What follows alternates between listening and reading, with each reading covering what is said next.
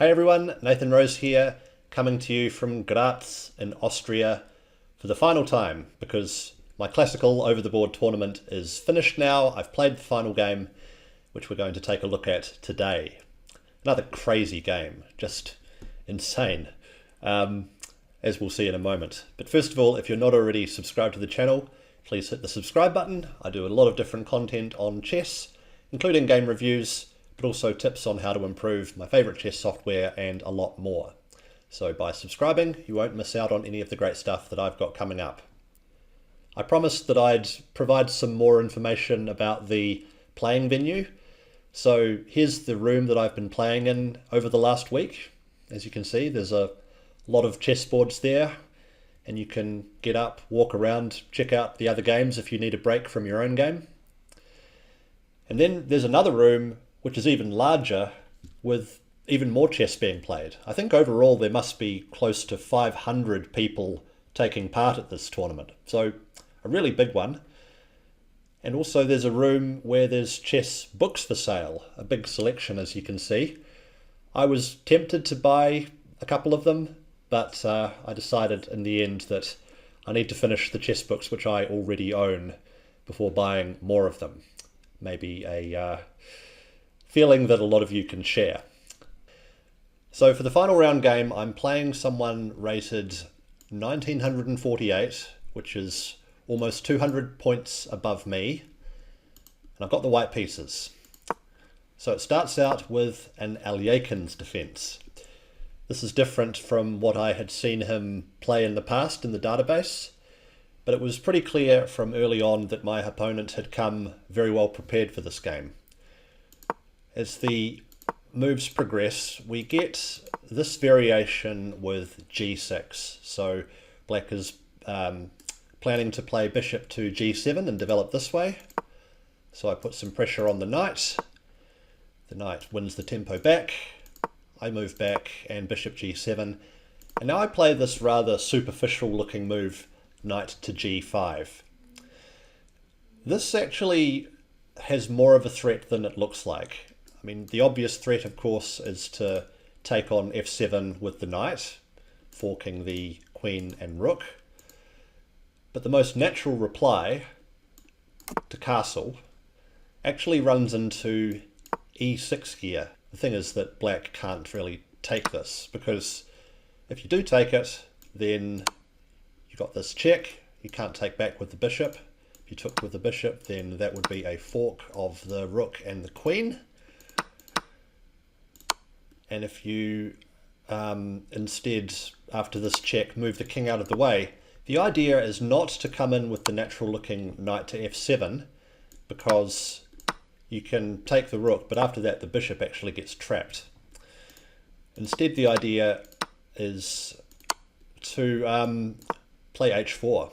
h4, h5, and with the rook still on h1, this turns out to be quite a dangerous attack against the black king. Sometimes the rook is better on its starting square as an attacking piece. But we didn't get this. And by the way, if you advance the pawn instead of taking, then the knight lands on f7, which is pretty annoying, to say the least. So castling is wrong, and my opponent does play the best move instead. Plays e6, just to blunt the bishop's influence over that diagonal. So I play queen f3. Again, the threat looks superficial, but after you castle, then you follow up with queen h3, and there's another checkmating threat. So let's say you play h6 to stop that one. Well, then the knight comes back, and you've got this pressure here, and yeah, white is just generally much better developed here and has got all the threats. This bishop is quite bad staring at this pawn chain. You could also consider, if you move that forward, to play bishop to g5, hitting the queen, gaining another developing tempo. So again, my opponent, being well prepared, didn't castle, but instead again played the best move, queen e7, and he played it instantly, I have to say, as well. So it's again quite probable that he found some of my past games and knew the line that I was going to play and arrived very well prepared for it. So I played knight to e4. The idea behind this again is to play bishop to g5, if I'm allowed to, but I'm not allowed to. h6, played instantly. And it was here where my opening knowledge ran out. I played knight to f6 check, which looks very reasonable because, well, it's a check, and I assumed that after black takes back, I take back with the pawn, and this pawn is going to be a thorn in black's side for the rest of the game. Black also can't castle immediately, because if he castled, then the h6 pawn would be hanging. But my opponent surprised me and responded to this check with the knight by playing king f8. And surprisingly, the black king is quite good on f8. And surprisingly also, this knight, even though it looks very aggressively placed, doesn't have any targets from the f6 square. And my problem is that black is going to play knight to c6, and there's going to be a lot of pressure on these two central pawns. So I played bishop to e3 after a lot of thought, anticipating knight c6, which does come. And then I move the knight back. I expected this move, but I decided that what I wanted to do with the king on f8 was to try opening the center. So we go ahead with d5. Now there's a couple of threats here. The knight is attacked, and there's also the threat of coming in with bishop to c5. But black can deal with both of these by playing knight to d4. That knight really needs to be taken, and I am down a pawn here, but I'm starting to open up the center with black's king on f8. So I thought maybe I've got some compensation, but yeah, certainly the opening has not been a success for me. Black takes back and I castle. I'm just trying to develop as quickly as I can. Black tries to get his king towards safety. I bring the rook here just with some pressure on the e-file where the black queen is. Now black decides to be the one to take the bishop on b3. And without thinking long enough, I captured back with the a pawn. This is quite natural that you want to open up another file for this rook by capturing this way. But in this particular case, black has a very strong reply, f5. So that knight is attacked, and it is pinned in front of the rook. So I'm losing a piece here. I'm losing a piece, and I was thinking to myself, it's the final round. I'm playing this strong player who's obviously come extremely well prepared for this game, and it's just not going to be my day. But hey, let's play on. Let's just see. Black's king is still a little bit shaky, and I can develop more quickly. So by losing the piece, I at least gain a tempo. So the black queen has to move. Goes to d7, and let's just try and exploit black's king safety, lack of development. But black does have an extra piece, so black should be winning, of course. The threat here is to come in with rook to e7, and if black allows that move, then I'm probably winning. But of course black doesn't allow that move. Knight to d5 guards the e7 square. So I play the next best move. I think it's always important when you're in a worse position to try to play dynamically. Like if I give black time, then black is going to be easily winning. But for the next few moves, I need to cause black as many problems as possible. Like if I just play slowly, then black will get his king over here, and his rooks will get to the open file, will trade everything, and he'll just be an extra piece up. So I can't allow that. I need to play with energy. So hence rook e6 creates a threat, which black goes ahead and defends with the king, which is what I expected. And now I come up with a surprising move, knight to e4. You just have to keep bringing pieces closer and closer to the king with threats. So if black takes the rook, then you've got this check, which wins the queen. In fact, actually, black could have done this. This is a line that black could have considered. And I realised this during the game too. Because black was already a piece up, he can consider sacrificing the queen to gain another piece and a rook.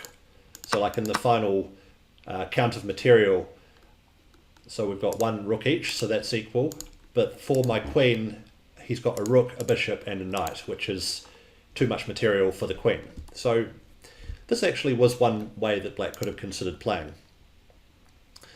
But it's quite natural that he didn't want to allow me that. So after knight to e4, he didn't take the rook. Instead, he tries to trade. And I was trying to make a sacrifice work here. I spent quite a bit of time seeing whether the move knight to g5 could work. Black takes back, and then the follow-up queen h3 doesn't quite work, unfortunately. If black moves the king to g8, then of course I get everything I want and I'm winning, but black is able to block with the bishop, and you can't give this check to uncover a threat on the queen because black can just take with the rook while defending the queen at the same time. So that sacrifice didn't work. So instead I played knight to c5 with an attack on the queen. Just continuing to try to build threats with every single move. Black actually ignores the threat on the queen and takes with the rook. I can't take the queen because that's a back rank checkmate. So after black takes here, I take back with the rook. And now black has to find a one and only move. I don't think this is too difficult to find, but I can also see why my opponent might have played the move that he did.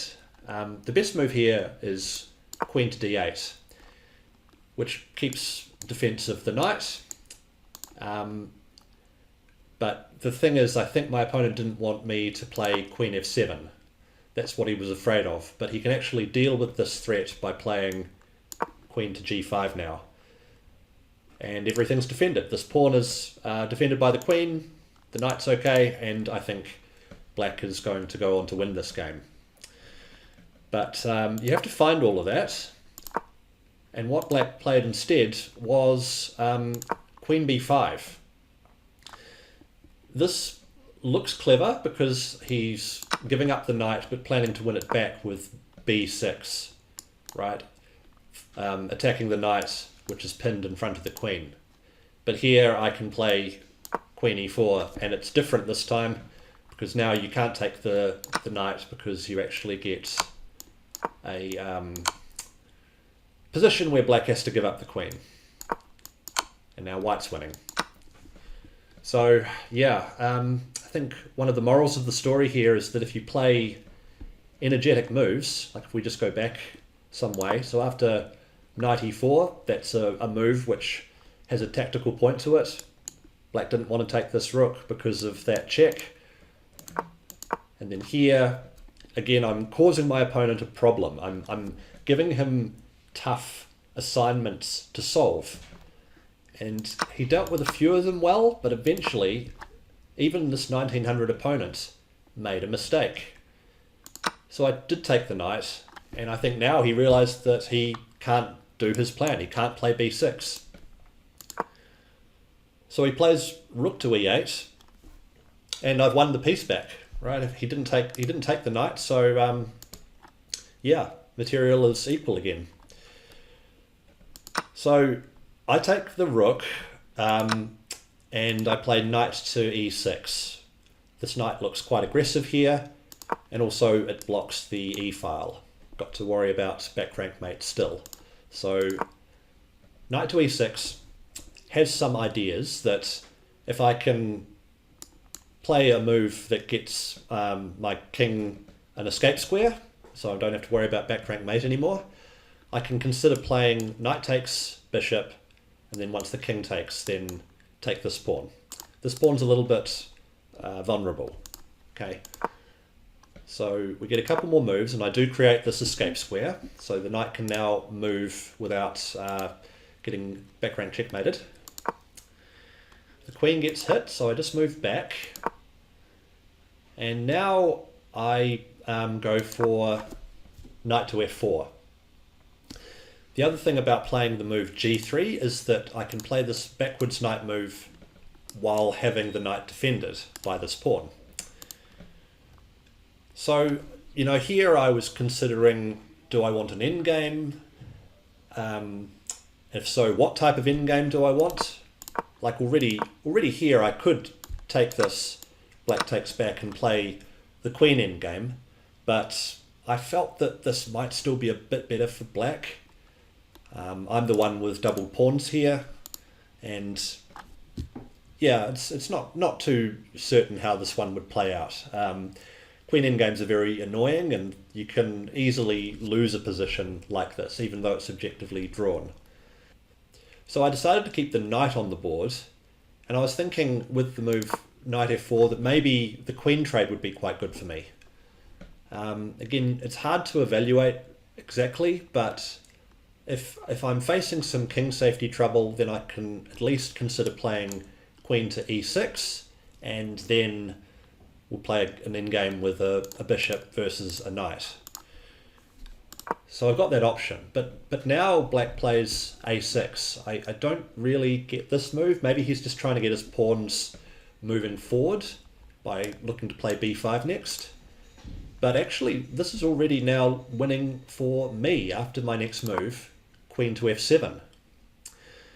This is very active. It attacks this pawn, and black can't defend that pawn with the queen because this pawn here is also attacked twice.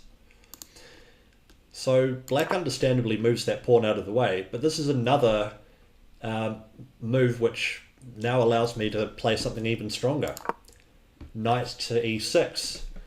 So look at the transformation over the last couple of moves. We went from this position here with the knight kind of in front of the queen, blocking the queen's ability to come to f7. And just a few moves later, we've reversed the order and put the queen in front of the knight. And now the black king is feeling rather unsafe with a knight and queen both attacking this bishop. Now, actually there's only one move here that black can play to avoid checkmate, or one reasonable move. I mean, he could take the knight, I guess, but he's not going to do that. The one reasonable way to try and add a defender to the g7 bishop is the move that he played, queen to e5, but I'd calculated this too. White to play and win. Pretty simple sequence, I think. I played this move and black resigned. It's knight to f8 check, because if the king moves to the only square that it can move to, king h8 forced, knight to g6 is a fork of the king and the queen, winning the queen, and with it the game. So another incredible turnaround. I don't make it a habit to play chess this way, of giving up a piece and sort of fighting back with cunning tricks, but twice in this tournament that's the way it's panned out. So I finished with a victory, and winning in the last round always leaves a better taste in the mouth, always means that you have good memories of the tournament. And I gained some rating in this tournament. I think after this series of games I'm going to be rated almost 1800 FIDE, which is nice. Always nice to gain those ELO points. So let's just recap the lessons of this game. Well, I think you need to know your opening theory. At this point here, where I played knight f6 check, I was mixing up my lines. This is a move in some variations of this line against Alyekin's defense. But here actually the correct way was to take on d6, and then after black takes back to play bishop to f4. So I was a couple of moves short of the opening theory that I'd studied, and that's how black was able to gain an advantage with superior opening knowledge. So after a few more moves, you always have to look at your opponent's best replies, right? I played this capture on b3 without looking enough at what black was going to do next. The move f5 caught me by surprise and won a piece for my opponent. So as many times as I say on this channel that you need to look at your opponent's best replies, even I still have trouble with it sometimes. So, you know, chess is a difficult game. It's not always easy to see the moves that are coming. But after that, I continued to play with energy. So when you're down material, you have to play with dynamic, active play. So every one of the next few moves created a threat. So rook takes on e4, creates a threat on the queen. This move here creates a threat of coming into e7. This move here creates a threat on g6. Knight to e4 as well. Very energetic, because it's a move that my opponent may not have been expecting. Taking the rook results in this check and winning the queen.